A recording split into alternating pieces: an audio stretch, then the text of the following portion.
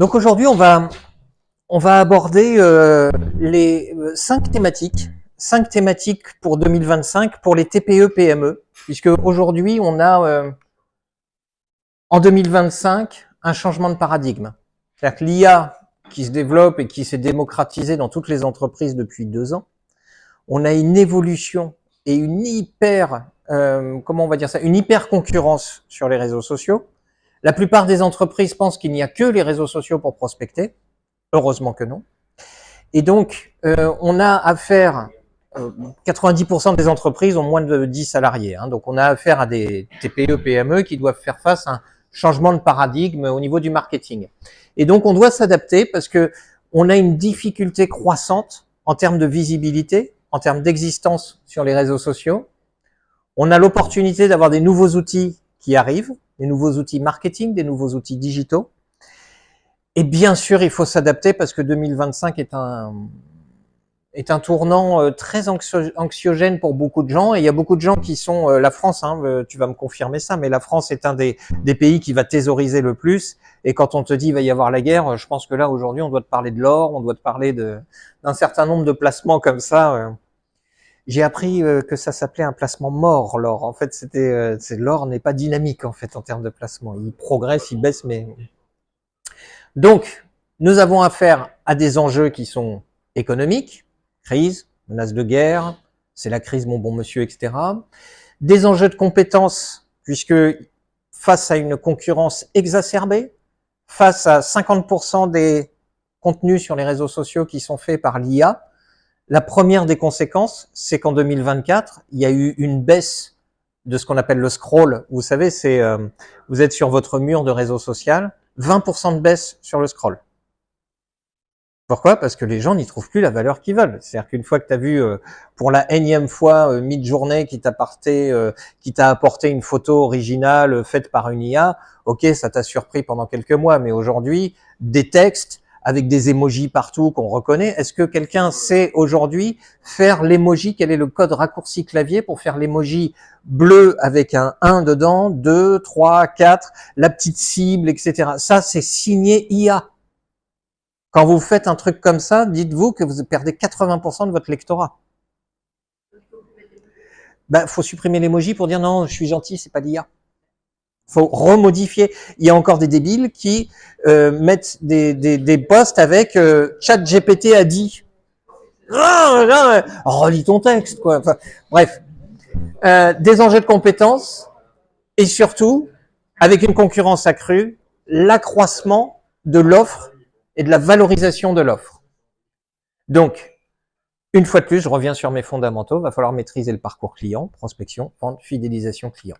Et on va voir 5 tendances marketing pour les TPE-PME, vous l'avez tout évoqué, alors peut-être 30-40% à l'utiliser vraiment sérieusement, l'intelligence artificielle. Pourquoi? Il y a des fautes de frappe, c'est vrai? C'est pour prouver que c'est pas... Et non, je ne fais pas de micro-formation avec l'IA parce que j'ai pas encore trouvé le prompt idéal pour faire du marketing. La micro-personnalisation pour rendre vos clients uniques. Le social selling avec des vidéos DIY, je sais même pas si je le dis bien, c'est do it yourself. Du marketing relationnel éthique pour mettre en valeur, pour mettre vos valeurs en avant et pour séduire les clients via vos valeurs. Et la mini-expérience digitale pour augmenter l'expérience utilisateur. Donc en fait, on va vers une ultra-personnalisation du marketing client et de faire en sorte que le client se sente bien à tous les niveaux. Alors, en termes d'IA, je ne vais pas vous faire l'insulte de vous répéter, etc. De toute façon, l'IA, il y a des conférences, il y a tout ce qu'il faut dessus. Notez juste une évolution. L'avantage de l'IA, c'est que ça va vous soulager une charge de travail monstrueuse. Mais si vous utilisez l'IA pour faire uniquement les communications sur les réseaux sociaux, ça va être compliqué parce que ça va perdre très rapidement en intérêt de la part du public qui finit par reconnaître la patte de l'IA de GPT. Deuxièmement, c'est le principal frein, l'inconvénient, c'est votre réfraction au changement. Faut juste comprendre une chose. Vous savez, je développe accessible au niveau national, etc. J'ai changé le week-end dernier, mes CGV, mes conditions générales de vente. Normalement, des CGV, j'aurais dû passer une semaine dessus, à me poser la question, à aller faire des recherches, savoir si l'article était bon, s'il me manquait pas quelque chose. Mes dernières CGV ce week-end, elles ont pris une demi-heure. Un petit prompt, je lui ai filé la CGV précédente, il m'a ressorti la CGV, je lui ai dit « Ok, maintenant tu critiques et tu me dis où est le risque juridique là-dedans. » Et il me dit « Bah là, tu as un risque juridique, là, tu as un risque juridique. » Je lui dis « Ok, vas-y, modifie. » Il modifie. Enfin, c'est un truc de dingue, quoi. Vraiment, c'est excellent. Et donc, pour ChatGPT, la maîtrise du prompt, c'est le plus intéressant. Il y a 4 étapes dans un prompt, je vous épargne ça. La deuxième chose, c'est Perplexity. Est-ce que quelqu'un utilise Perplexity ici? Ok, tu vas sur Perplexity en tant qu'agent immobilier et tu vas lui dire « Je cherche une étude sur le marché de l'immobilier à Périgueux ». Si tu vas sur Google, tu vas taper marché de l'immobilier à Périgueux, il va te sortir généralement un PDF de la CCI, ce genre de choses. Perplexity va aller chercher, c'est comme si Google avait fait un bébé avec ChatGPT et en fait il comprend ta question. Et donc il s'envoie une série, une cascade de prompts et quand il te sort un rapport, il te cite les sources. Il te dit j'ai trouvé ça comme information, ça comme information, c'est d'une puissance redoutable. Ça vous permet de faire des études de marché, ça vous permet d'aller très très loin dans la recherche d'informations. C'est pas juste un moteur de recherche et il y a 3 niveaux dans Perplexity. Mais déjà je vous invite à aller sur Perplexity et de faire le premier niveau qui est un niveau de recherche. Est apparu depuis 2-3 semaines sur ChatGPT mais sur tous les autres outils un bouton qui s'appelle réflexion. Avant vous faisiez votre prompt et vous aviez la petite flèche vas-y envoie. Et bien maintenant, à gauche, dans la fenêtre, vous pouvez demander le niveau de réflexion de ChatGPT. Et pas que de chat, d'ailleurs, la plupart des outils. Toujours en accès gratuit. De toute façon, l'accès gratuit, c'est un volume de données. Donc, une fois que tu as atteint ton volume de données, tu en veux plus, paye. Et donc, l'IA, maintenant, raisonne. Et si vous lui demandez d'avoir une réflexion avec un raisonnement, vous allez voir que c'est beaucoup plus poussé. Et comme de toute façon, on est en train de faire des progressions par saut qui sont énormes. Je pense qu'on va encore avoir des innovations d'ici la fin de l'année. Mais je vous invite à appuyer sur la case raisonnement. Vous allez voir que la réflexion qu'il vous donne, elle est 100 fois plus intéressante. Je ne vous engage pas à utiliser les réseaux sociaux, enfin l'intelligence couplée avec les réseaux sociaux, parce que en plus, les réseaux sociaux se sont très bien rendus compte que 50% des gens vont sur les réseaux sociaux avec de l'IA. Tiens, vas-y, fais un prompt, je relis même pas mon texte. Vas-y. Et ça baisse le scroll, donc ça baisse le temps d'attention des gens et tout ça. Et donc ça veut dire que les plateformes vont mettre en place des systèmes résilients qui vont dire si tu as de l'IA, si tu utilises de l'IA, c'est que tu n'en as rien à faire de ta communication, je te dégage ou t'es pas vu quoi. Et dans les réseaux sociaux aujourd'hui, déjà, quand vous avez une communauté, seulement 1,6% de votre communauté voit ce que vous faites. Tu as 100 amis, il y en a qu'1,6 qui l'a vu quoi. On cherche le 0,4. Mais il n'y en a que 1 ou 2 qui le voient. Donc quand vous avez ça, vous avez plutôt intérêt à avoir une communication, des visuels qui sont de plus en plus percutants. La deuxième chose, c'est la micro-personnalisation. Qu'est-ce que c'est que ce truc? C'est vous avez un avantage, vous êtes en proximité de vos clients. Vous avez vraiment une proximité en local. Et donc, l'idée, c'est d'augmenter l'expérience client pour les fidéliser. Et l'inconvénient, c'est qu'il va vous falloir énormément de data, de bases de données, et d'enrichir vos bases de données. C'est la raison pour laquelle je te disais l'autre jour, et tu le fais très bien, bravo, les origines prospects. Donc, par exemple, vous pouvez avoir des emailing séquencés et segmentés. C'est-à-dire, selon le nouveau cycle de vie, selon le cycle de vie du client, vous avez un client qui rentre dans l'affaire ou vous avez un client qui sort. Il n'a pas besoin de la même information. Donc, vous pouvez segmenter votre base en fonction de ce qu'on appelle le customer journey, donc le parcours client, et de dire, il en est là, il faut que je lui envoie cette séquence de mails. Et cette personne-là vivra quelque chose d'assez intéressant. Les recommandations produits. Beaucoup d'entreprises s'interdisent d'envoyer à leurs clients une information en leur disant « Hey, au fait, tu sais que j'ai ça ?» Personne vous en voudra de proposer des produits.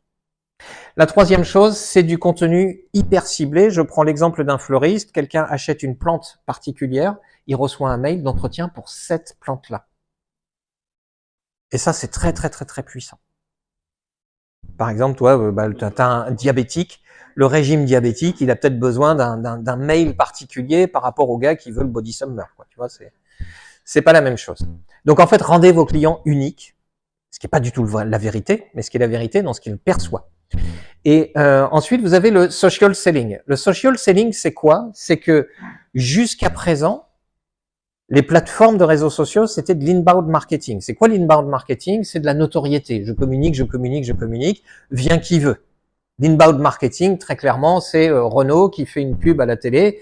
Tout le monde voit la pub, mais quels sont les vrais clients en face? Ça, c'est l'inbound. L'outbound, c'est le ciblage. Et le social selling, aujourd'hui, va permettre de vendre en direct aux clients via les plateformes de réseau social. Jusqu'à présent, les plateformes de réseau social étaient des plateformes de rencontre, entre guillemets, entre une entreprise proposante et une communauté. Et puis, à force de communication, de talent, les gens venaient sur la page, etc. Aujourd'hui, on peut même aller jusqu'à vendre soi-même. Et donc, d'avoir un argumentaire commercial et vendeur directement sur la plateforme à destination de votre communauté. L'avantage, c'est que ça permet des formats attendus par tous. Vous avez tous LinkedIn? LinkedIn est devenu un TikTok amélioré, quoi. C'est triste, ça me fait de la peine, j'aime pas TikTok. Un TikTok pour un télo ou un TikTok pour des darons, si tu veux le dire. En fait, aujourd'hui, les plateformes, elles ont toutes dit maintenant on veut du format réel, on veut du format vidéo. Pourquoi? Parce que le temps d'attention d'un être humain a été écroulé ces 20 dernières années.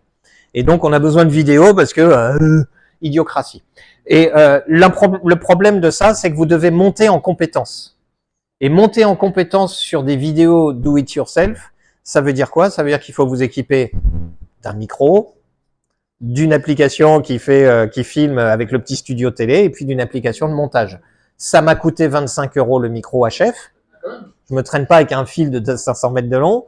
Les autres applications sont toutes en accès gratuit.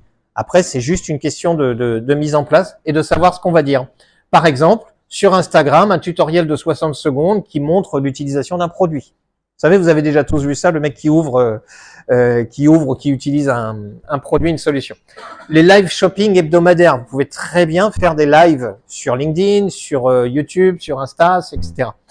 Des contenus coulisses qui valorisent le savoir-faire local, par exemple un fromager qui va faire une vidéo accélérée de sa journée, etc.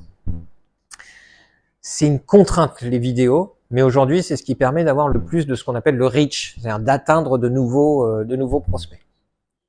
Le marketing relationnel éthique. Là, on va parler valeur. Là, il n'y a pas grand-chose à changer, si ce n'est votre façon de présenter les choses. Les consommateurs, c'est une étude, on privilégie énormément le local et avec ce qui se passe en ce moment, ça va être encore plus exacerbé comme comportement. L'avantage, vous pouvez valoriser vos solutions en rajoutant de la valeur locale, de la valeur éthique, de la valeur RSE, responsabilité sociale des entreprises. Ça vous demande de réviser vos offres pour les reformuler. Et là, l'intelligence artificielle est intéressante en disant je suis coach RH, j'accompagne dans le développement personnel, aide-moi à avoir un argumentaire RSE, par exemple. Tu vois, et là, c'est intéressant parce que ça t'évite 4 heures de recherche toute seule dans le salon. Exemple, des stories Instagram qui montrent les fournisseurs locaux. Du programme de recyclage en contrepartie, 10% sur la prochaine commande si tu rapportes tes bouteilles, tout ça. Vous allez voir que la consigne va redevenir quelque chose de très important. La transparence des prix, expliquer oui, 20 000 € de frais d'agence, ouais, enfin, il y en a 4 000 qui partent pour l'État, donc calme-toi, tout ça. Il y a 16 000, mais attends, l'État n'a pas fini, tout ça. Ça va vous permettre, en fait, si vous mettez des valeurs, et que si vous mettez des valeurs qui sont des vraies valeurs, hein, pas bonjour, je suis gentil et puis en fait j'en ai rien à faire. Non, des vraies valeurs, et ça va attirer des gens qui correspondent à vos valeurs et ça facilite la vente énormément. Mon petit gars, hop. Et la 5e, c'est l'expérience digitale avec de l'interaction. C'est quoi? Vous avez des alternatives qu'on appelle les alternatives low-tech. Vous avez des tas de petites plateformes. Je t'ai largué, toi, avec ton sous-main. Lui, il est encore en sous-main. Des alternatives low-tech, c'est quoi? C'est basse technologie, ça veut dire que n'importe quel neuneu peut s'en servir. C'est ça que ça veut dire. Et donc, je suis loin de penser que tu es un neuneu, moi, Frédéric. Et donc, en fait, l'idée, c'est d'utiliser des petits outils qui vont vous permettre d'augmenter l'expérience client. L'inconvénient, c'est que vous devez maîtriser vos objectifs en faisant ça. Donc, un quiz personnalisé pour recommander des produits. Par exemple, ici, on est à Bubus Café. Quel genre de café êtes-vous? On envoie un sondage et ça permet de dire, d'après ce que vous me dites, C'est plutôt le matcha, le truc, le café de Bolivie, le truc, le matcha. L'interview de client qui permet de valoriser votre approche client et de donner envie de vous rencontrer. Et vous avez des cartes cadeaux digitalisées avec des messages personnalisés. Ce ne sont que quelques exemples, mais en fait des petits outils digitaux qui sont faciles à mettre en œuvre, que vous envoyez à vos clients. Julien, toi, tu as déjà commencé cette partie-là, mais c'est pas du digital que tu fais, c'est du réel. Et donc le stick pour les lèvres, le foulard pour la gorge, etc. En tout cas, tout ça permet d'optimiser et de comment on va dire ça, augmenter la fidélisation de vos clients. Même dans l'immobilier, quelqu'un qui viendra que tous les 7-8 ans, bah, garder le contact avec l'agence POP, c'est s'autoriser pendant les 7-8 ans d'avoir des recommandations. Et ça, c'est plutôt intéressant. Donc, l'IA pour gagner du temps, la micro-personnalisation, le social selling, la relation éthique et l'expérience interactive. Les tendances, aujourd'hui, elles sont incontournables. Vous pouvez pas y échapper, sauf toi. Parce que tu as décidé que c'était niette. Mais en plus, l'intelligence artificielle te donne raison en tant que psychothérapeute, hypnothérapeute, pardon. Et l'IA ne fonctionne pas, donc tu restes avec une valeur forte sur le truc. Ah oui, alors il y a, vous savez, je suis un influenceur sur, il s'appelle Tougan Bara, il est à Dubaï, il est très intelligent, c'était le grand méchant loup du web, c'est lui qui a fait toutes les campagnes digitales dans les années 2010 à 2020 pour TF1, etc. Dès qu'il y avait un truc pour capter les gens, c'était lui qui s'en occupait.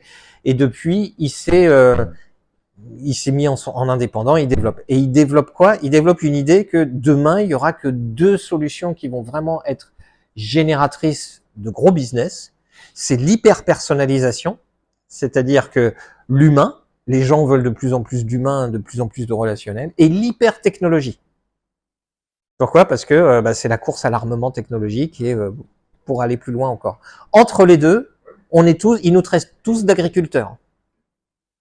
Mais voilà, si vous voulez progresser, ça va être limité, il n'y a pas de progression, etc. C'est dur à entendre, hein, mais quand tu réfléchis à ça, moi j'aime bien. C'est intéressant parce que ça fait une petite claque et ça fait du bien.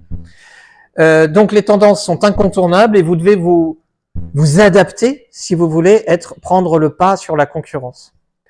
Eric me disait hier, il a vu un club d'affaires qui se met à faire des micro-formations. Tiens donc, c'est intéressant. 5 approches complémentaires pour optimiser vos ressources de prospects, de clients et surtout pour fidéliser. Et l'idée, c'est de rester dans la course, de faire évoluer votre communication avec du marketing adapté et de séduire vos clients. En fait, de rester en contact et d'optimiser la relation client, c'est ce qu'on devrait faire depuis toujours, quoi. Mais en fait, aujourd'hui, ça devient un impératif. S'intéresser vraiment aux clients et de comprendre ses clients et d'aller sur des solutions parfaitement adaptées et totalement personnalisées. Est-ce que vous avez des questions? Je vous ai pété le moral ce matin. C'est beau comme une crèche, hein. J'en chialerais. Toi, ton problème, c'est que tu sous-traites LinkedIn. Et t'as vu, en ce moment, ce qui se passe avec LinkedIn, c'est que tout le monde dit j'ai plus de vues. Moi, je faisais un post il y a 1 an et demi, je montais à 1500, 2000 vues, mais les doigts dans le nez. Hein. Je mettais un truc pourri sur Internet, tu sais, c'était comme ça. Tiens, je vais faire Canva, je te mets une petite affiche, vas-y. Aujourd'hui, ça marche plus. Mes seules publications qui font de la marge, qui font du reach, c'est hier, j'ai publié ouverture du réseau accessible sur Bergerac, 1500 vues en 24 heures. Mais c'est une exception, quoi. Quand je fais autre chose, c'est en général entre 200 et 500 vues. Alors qu'avant, c'était plutôt 1000, 1500. Ouais, entre 200 et 500 vues. Ouais. Par contre, j'ai remarqué qu'il y a énormément plus d'engagement, de commentaires, et LinkedIn a décidé, alors je parle essentiellement de LinkedIn parce que les autres plateformes, je les maîtrise moins, mais LinkedIn a décidé d'augmenter la qualité au détriment de la quantité. Fini les techniques où tu as 200 000 abonnés et tu sais tellement plus quoi en faire en termes de transformation que tu finis par publier des vidéos de petits chats alors que quand tu as commencé, tu disais fini les petits chats, c'est de la merde, faut arrêter ça, etc. Mais comme tu as 200 000 abonnés et qu'il faut bien communiquer, tu finis par dire de la merde. Là, LinkedIn n'en veut plus de ça, il veut plus des méga influenceurs. Ceux-là ont même encore plus de mal que nous à développer et à avoir des nouveaux clients. Et comment? Mais oui, ils n'apportent rien.